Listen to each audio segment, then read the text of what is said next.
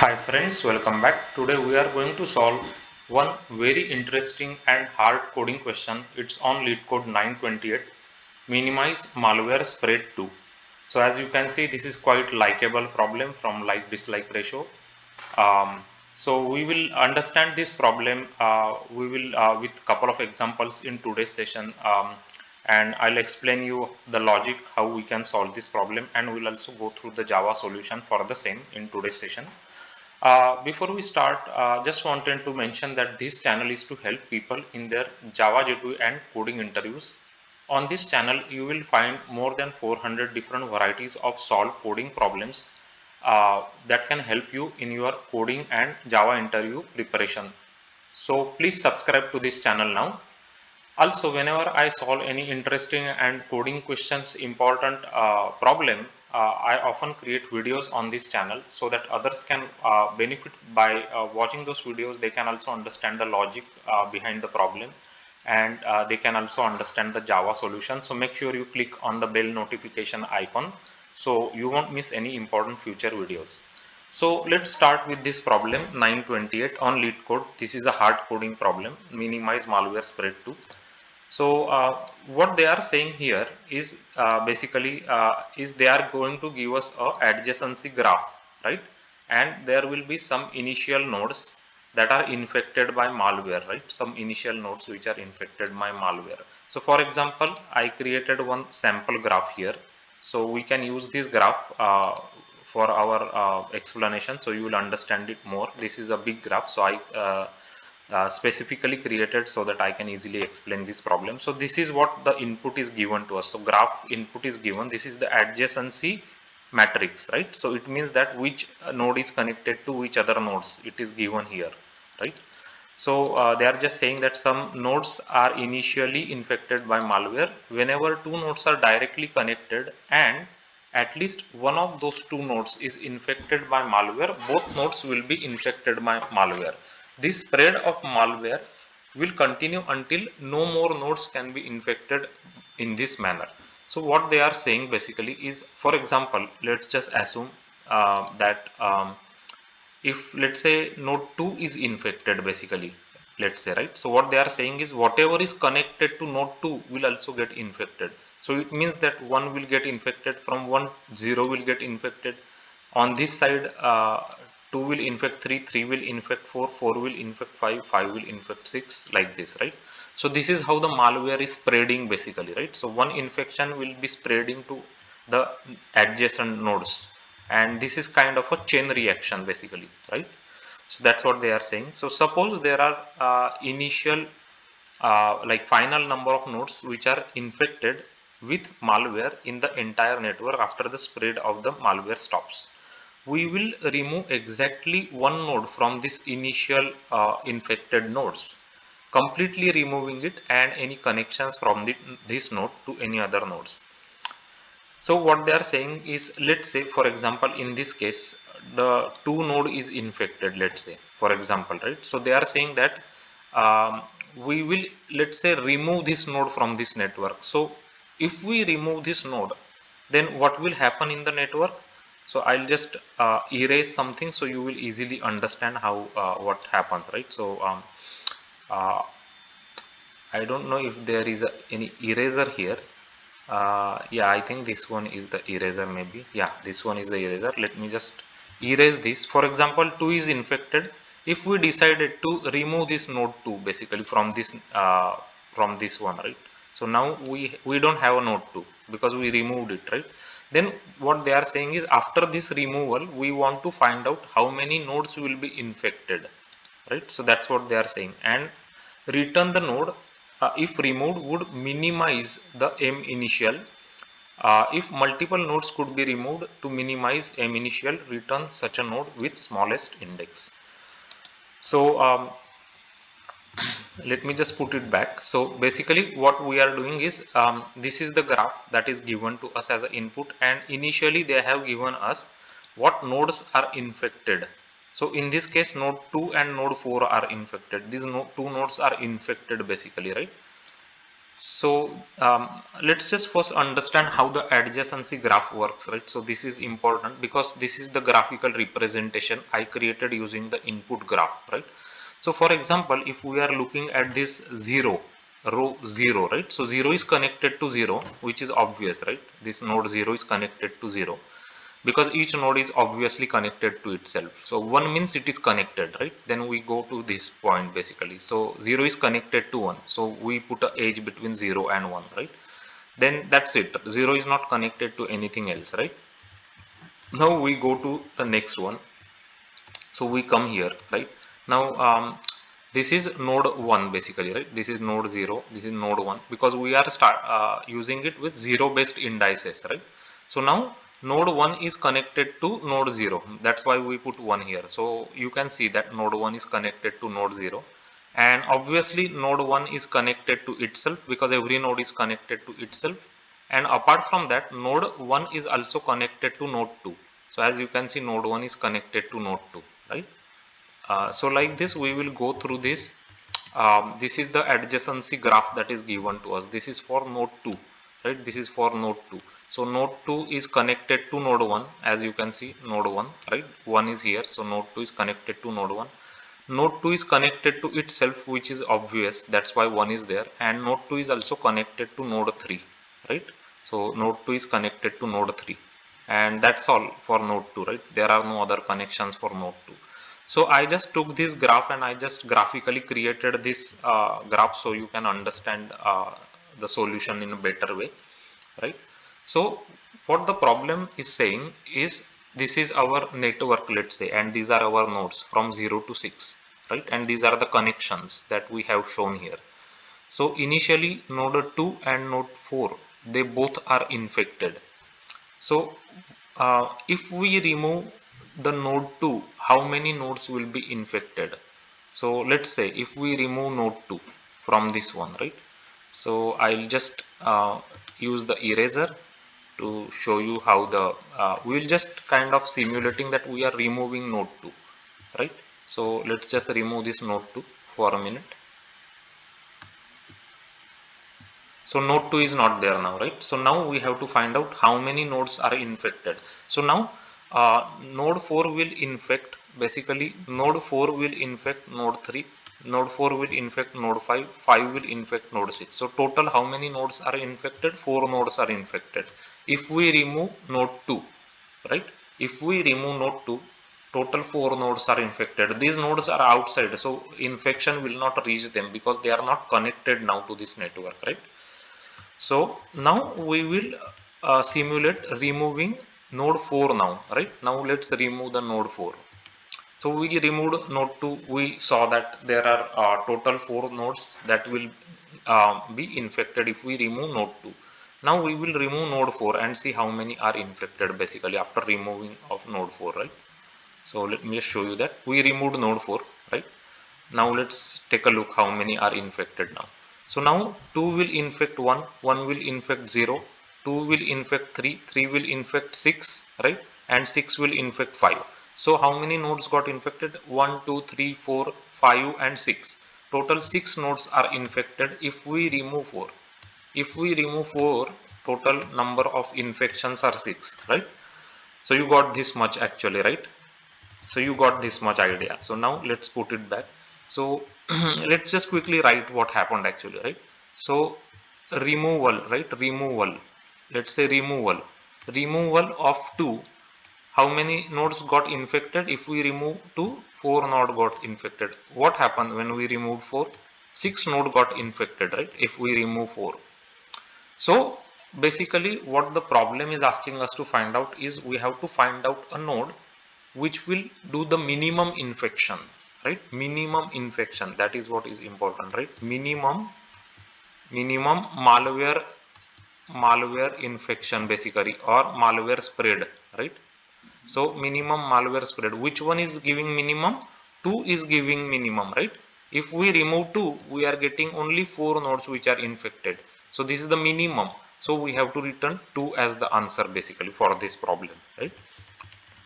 So we wanted to remove node 2 because that will create minimum number of infections, right? So this is what the problem is asking us to find out, minimum malware spread, right? So if multiple nodes, now there is one catch here, right? There is possibility that there will be multiple nodes which are causing the same number of infection spread, right? Or malware spread, same number. So what should we return in that case? Then in that case, we should return the node which has with minimum index, right? Minimum index we should return in that case. So for example, if let's say in one example, let's say there are two nodes 1 and 2 which are causing minimum infection spread. So which should we return? We should return 1 because it is minimum index, right? So that's what they are saying actually. So I hope you got the return with the smallest index, right? So I hope that you are getting the idea what the problem is, and that we are trying to solve in this today's session. This is a hard problem. So whenever there are hard problems, it becomes easy when you actually plot a graph like this, right? When you create a graphical representation, it becomes easy for you to understand when there are hard problems many times, right?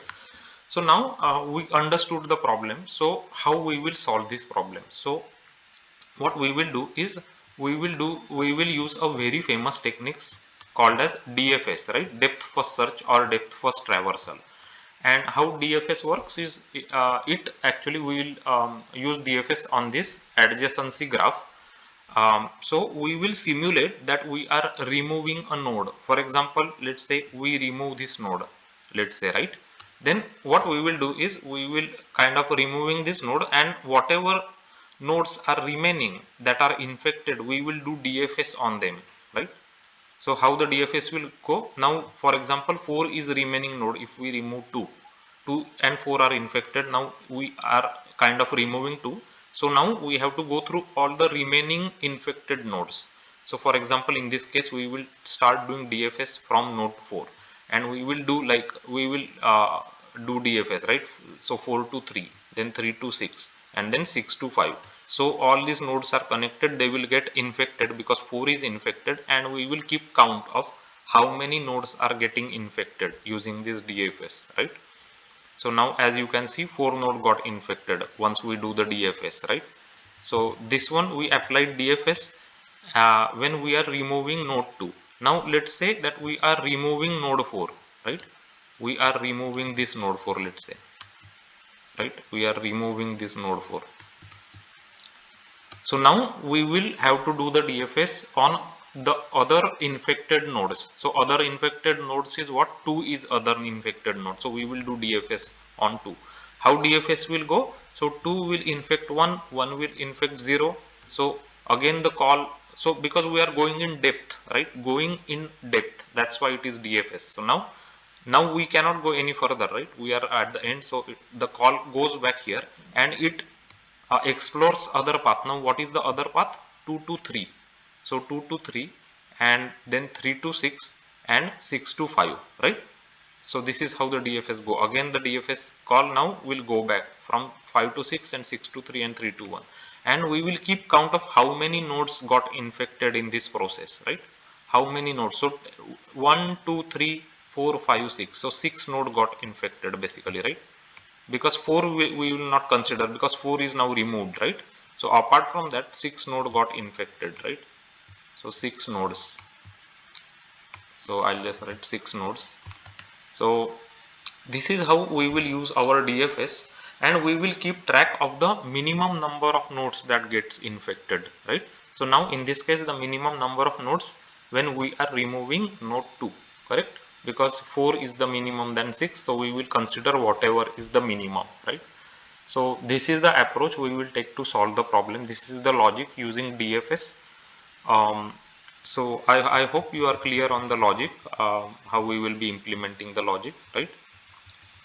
So we will actually take this in initially infected nodes. For example, 2 and 4 are infected nodes, right? We will simulate by removing 1. So we remove this 1, we go through the remaining, and we will do the DFS. Then we remove 2, then we remove 4, we will go through the remaining infected nodes, we will do the DFS, right? So one other thing before we actually start looking the logic is if in this example you can just consider that, let's just consider for a sake of explanation that there is one more node, for example, which is infected. Let's say node 6 is also infected. So we have now total 3 nodes which are infected, 2, 4, 6, right? These are 3 infected nodes which are initial, right? So this is initial. So now how our approach will work? We will first remove 2. We will go through these 4 and 6 both nodes which are infected, right? And we will try to see how many total node gets infected with 4 and 6, right? Then we will calculate that. Now after that we will remove 4. We will take the remaining nodes which are infected. What are remaining nodes now? 2 and 6 we will take, and we will calculate how many total nodes get infected after only removing 4, right, with node 2 and 6. After that what we will do is we will remove 6 and we will go through the remaining infected nodes. So remaining infected nodes is what? 2 and 4. So we will go through them and we will calculate how many nodes are infected with 2 and 4 because of 2 and 4, right? And then we will decide which node to remove actually, right, which will minimize the malware spread, right? So this is what our approach is actually. So we are going through all the remaining nodes, right, all the remaining nodes. So for example, if we are removing 6, we are going through all these remaining nodes, not just one node, right? So you got the idea basically. So now this is the idea of our logic. So we can just go ahead and I can show you the Java code now. So once you understand the logic, then it's not very difficult, the implementation. So this is the big graph that I was just testing actually. This is the same test case that I shown you. So let's take a look at the minimal malware spread. So graph 2D matrix is given to us. This is the adjacency graph, right? So and initial is the nodes. This is the array of initially infected nodes, right? So this is the adjacency graph. As you can see, this is the adjacency graph, right? So this is given to us. And I already explained you how that adjacency graph we can use to plot this graph basically, right? So first thing we wanted to check, if the initial has a length 1, then we will just return initial 0 basically, because there is only one node which is there in the initially infected nodes. So we can just directly return initial 0 in that case, right? Then we will create a min value variable. It is of a integer dot max value, will initialize it, and minimum index we will create. It is 0 because that is what we wanted to return at the end, right? Minimum index. So that variable we created here. After that we are going, this is our main for loop which will go from the initial dot length, right? So initially whatever is infected, this for loop ends here and this starts here, right? So initially we are going through like basically all these infected nodes one by one, right? We are going through one by one these infected nodes. We will create a set of integers to capture what nodes are infected because of that node actually, right? So after that what we are doing here in this for loop is we are actually so for example, I was just showing you this example, right? When we assume that there are 3 nodes initially infected, right? So let's just take that same example, 2, 4, 6. So this is the initial nodes what are infected, right? So what we are our approach is doing is we are going through this initially infected nodes one by one. So we are going through this node, right? And now we are going through all these nodes which are actually remaining, right? So as you can see, 0 to initial dot length we are going again, and if I is not equal to j, means if that node is not, we are considering what we are doing here is we are simulating that we are removing that node basically, correct? I is not equal to j means, and then we are passing we are calling our dfs function, right? So what we will do is we have a dfs function, let's say, right? So dfs function we will call on 4 and 6, right? First we will call it on 4, then our dfs will get called on the other one, right? 6 basically, right? So we will not call it for 2 basically. That's what we are doing, right? When next time when we are doing it for 4, when we are doing it for 4 next time, our DFS will get called for 2 and 6, right? 2 and 6 and 6, right? So this is what, because we are trying to simulate that we are removing this node basically, for example, right? And then we will try to calculate how many nodes are getting infected after that removal. So so that's what we are doing in this for loop, right?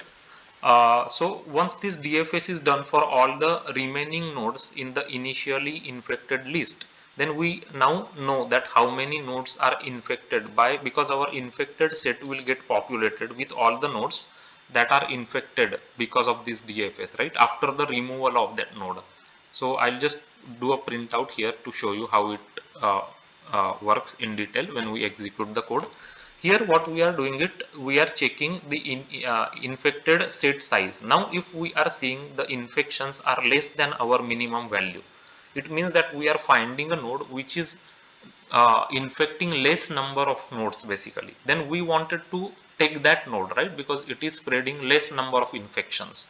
So in that case we will just update our mean value to infected set size, correct? And the mean index will be initial of I that we are actually looking, right? This I is the one that we are actually simulating, that we are removing the ith node basically, correct? Initial of ith node, right? So initial of ith is the index of that. We will update that minimum index. Now there is another case where we are actually seeing the infected size. It is equal to the same as the minimum value we had seen before. It means that this node that we are actually processing is also infecting same number of nodes that we had previously seen. So which one should we take? Then in that case we should take the one which has smaller index, right? So this is what we are doing here. It will take the smaller index, because math.mean of initial of I and mean of index will take the minimum, right? Mean index here, because this is given in the problem. So that if multiple nodes could be removed to minimize, then we have to return the node with smallest index. So this is what we are actually implementing there, right? So this is what we are implementing here. So we will keep doing it in this for loop. We will simulate that we are actually basically we are removing node 4, node 2, then we are removing node 4, then we are removing node 6, and we will at the end we will get the value minimum index here. That is the node that will cause the minimum number of infection spread, right? Because of the logic that we have implemented, correct? Now this is the overall logic. We will look details of our DFS method, which is important method now, right?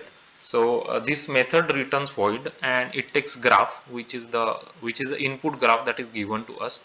Then this is the infected set that we wanted to capture all the nodes that are infected after removal of the node, right?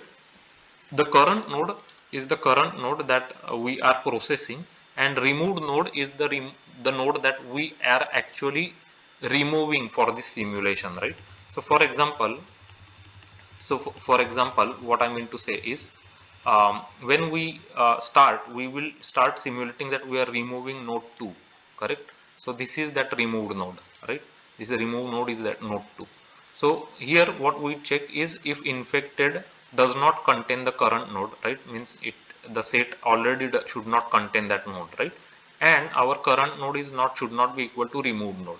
If this is the case, then we will add this current node into our infected set, correct? Because it will get infected. So we will add it to our infected set, the current node. And what this one we are doing is we are going through the um, graph, right? Which is now connected to the current node, right? The current node which are connected to the current node we are going. And if there is a edge between the current node and the node that we are looking, it is equal to 1, means there is edge, means they are connected, then we will recursively call our DFS on it, right? We will recursively call. Now the current node will be J basically, right? Because J is the one that we are processing. So current node we will pass is J here when we are recursively calling the DFS function, right? So what we are doing is, when we are actually, let's say we are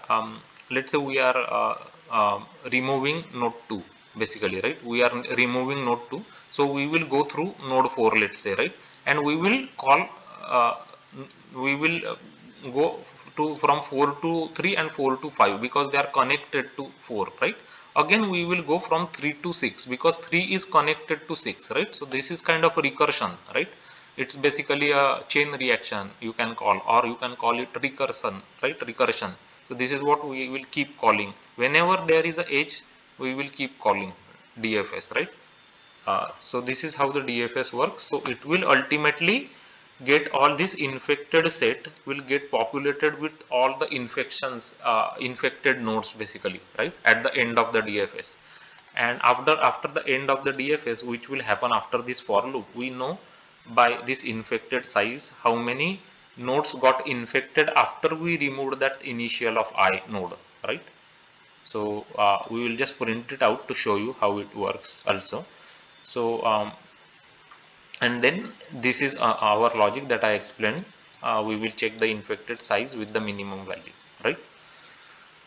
So I think this is pretty detailed explanation of how our DFS works and how we can solve this problem, the malware spread problem. So we should just go ahead and take a few test cases to execute the code.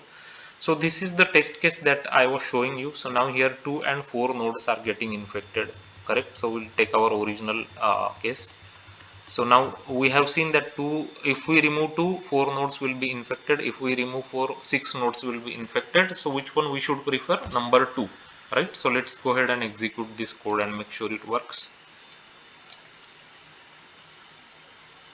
So as you can see, 2 is the correct answer, because it is also telling us what happens, right? After we remove 2, how many nodes are infected? 4.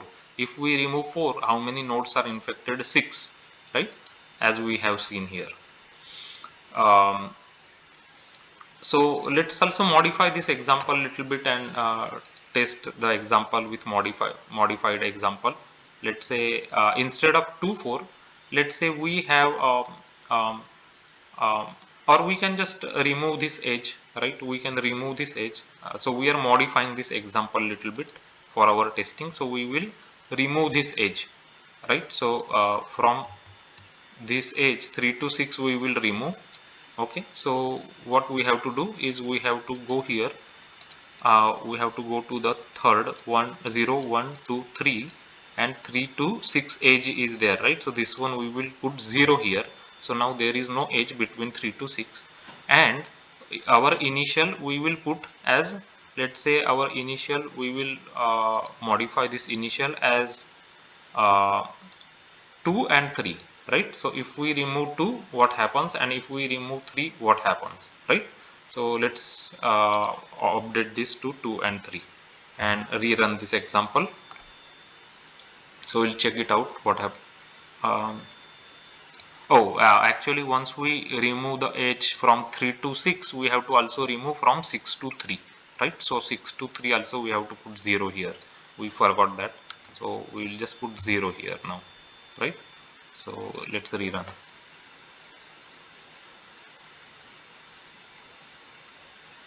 So now they are saying that after we remove node 2, we will get 4 nodes. So we have seen that after removing node 2, we will get 4 nodes. Let's just quickly see that so you will know. So let's simulate that we are removing node 2, right? Now how many we will get? 3 is infected, so 3 4 5 6. So total 4 are infected, right? So total 4 are infected, which is correct. Now let's remove node 3. So now if we remove node 3, how many gets infected? 2, only 2 is infected now, right? So 2 will infect 2, 1 and 0. So total 3 are infected, right? So 3 are infected. So we will take 3 basically, which is because it is causing minimum number of infection spread. So so I think you are clear with this. We can just go ahead and take a couple of examples from them, their examples here. So let's take the third one first. So this is the third one. Uh, so third one we are expecting 1 as the output.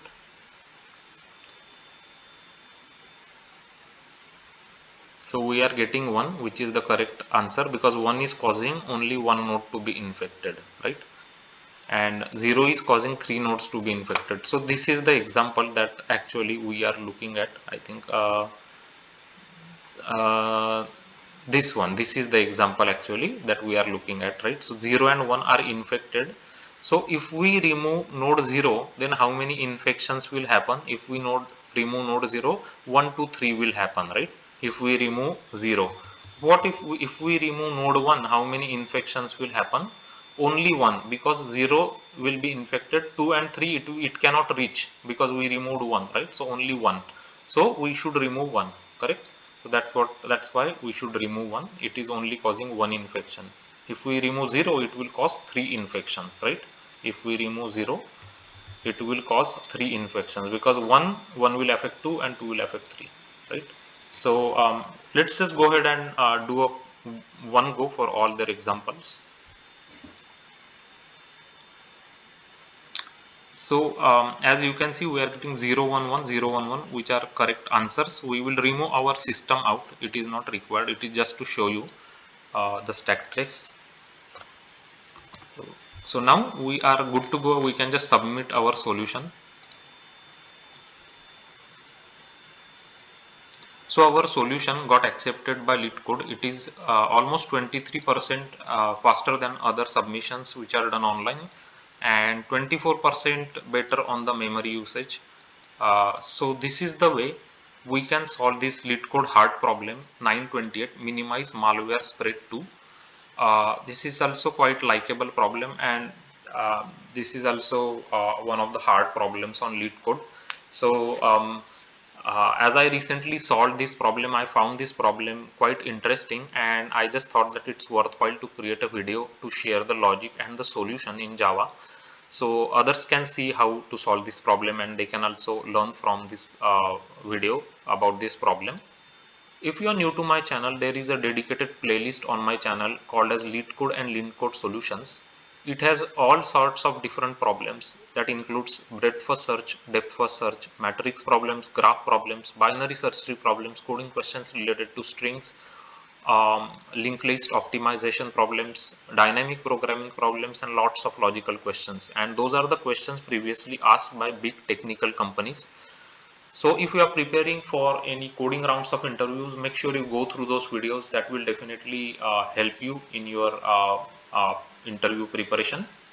To become more and more confident in your coding interviews, try to practice different varieties of problems. Try to use different techniques, um, so that will boost your confidence. If you like this video, if you find this video helpful, and if you like the way the video has been created with these whiteboarding session examples and Java code, then please give it a thumbs up to this video, give it a like to this video, also subscribe to this channel. Your subscription to the channel is really important, because that is the way the videos can reach to more people. Goal of the channel is to help as many people as possible in their coding interviews. Many people struggle in their coding interviews, so I just wanted to help them by showing them how different problems can be solved using different techniques. So they can also learn from these videos more about problem solving. They can also get confident in their problem solving interviews by looking at these different varieties of problems that typically appear in the coding rounds of interviews. Um, Also, one simple tip I wanted to share is, when you are practicing for your coding rounds of interviews, make sure you practice using some whiteboarding websites. There are lots of whiteboarding websites nowadays. You can choose one of them, and practice your solutions. Practice to explain your solution step by step. And why it's important? Because in the real interviews, it's more about your communication skills, how well you can communicate, how well you can explain your solutions to a team of people, to a group of people, how well you can go step by step. So the more you practice, the more confident you will become, and that will certainly help you in your interviews. If this tip and if these videos are helping you, then please comment about it on these videos. That encourages us to create more such good content of videos, so others can benefit from it. So do comment on these videos how the videos and how the tips are helping you. um, Whenever I solve any important and interesting coding questions, I always create videos on this channel that I often create and post. So make sure you click on the bell notification icon so you won't miss any important postings here. Keep coding, keep learning, keep practicing, and thanks for watching these videos.